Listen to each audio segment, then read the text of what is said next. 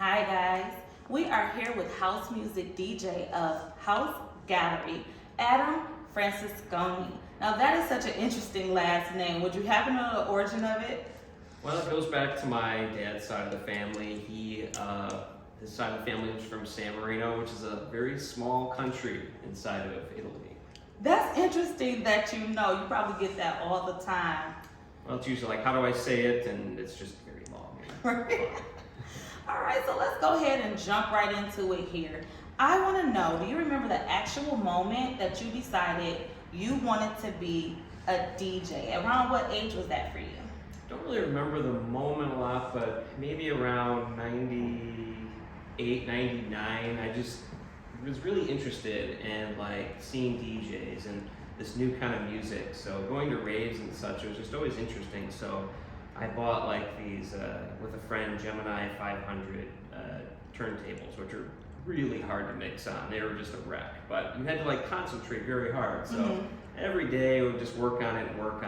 And yeah, around 2000 or so, I just started handing out some CDs and got a gig out of it. So And it took off from there. yeah, it was something fun to do, and it's really nice to play some music for people and see them dance, and it was a good time. Okay, cool. So the House Gallery, tell us more about what it is and how you came up with it.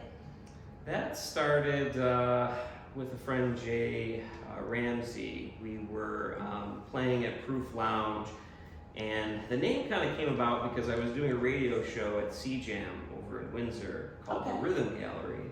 So it had a variety of music, broken beat jazz, house, soul, techno, so just a lot of variety of music. And that show I kind of got from Jerry the Cat, which was just a great inspiration. And so when we decided to name House Gallery, like, well, we'll play a variety of house music. We don't have to just be stuck to one thing. So we said, well, let's call it House Gallery. It's a gallery of music that we can play. Oh, that's awesome. That's really cool. Okay, so what do you think is one of the benefits of playing in a collective of DJs? With that, it's kind of nice to have a few different people with Jay Garcia, Jay Ramsey, and myself, just being able to hear different styles of music. Sometimes you're just playing one kind of thing and you're like hearing and like, oh, that's interesting as well. So you can kind of bounce different ideas off of each other and just kind of break you out of maybe the box that you're used to being in. Oh, that's really cool. And then, okay, with that being said, how do you feel you connect with your audience? It's funny. Sometimes you can like search for music, like I'm gonna play music this way, and then you'll get into a place, and all of a sudden you're like, I don't think that's gonna work. You just kind of, for some reason, you'll just start out with something you didn't expect, and you see some heads bopping, like okay, and you just, it takes you in a different direction by the feel of the people, how things are moving, and you just kind of read the room and just kind of go with it. Okay. Well, with that being said, all the good things that come along with being DJs, what would you say is your stressor while playing? I don't have too many things that would really stress. I guess maybe equipment. If some equipment isn't working correctly, that can be a little bit of stress, but you just gotta kind of go with anything that happens. I remember a party in Corktown many years ago. The monitors went out. You kind of need those to be able to hear how you're going to play.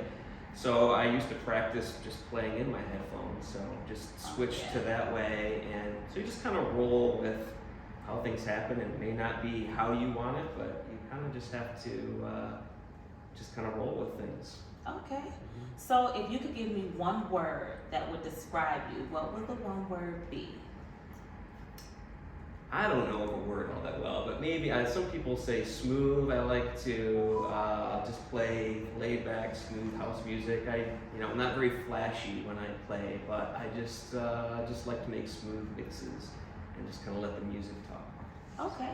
So futuristically speaking, do you have any plans to produce your own music or go any further with on the production side of things? I have done some remixes. There was Malik Alston's label. There was a Diamond Dancer, has some vocals on a remix I did, and another track of his that I did. But I haven't done anything in a while, so I just haven't felt it yet. But maybe sometime in the future. It's sitting there, so maybe something will happen if it bites me right. All right, cool. All right, guys. You heard it first right here. Adam will be coming to you soon. So keep in tune so that you can be up on those dates. We'll see you. Bye-bye.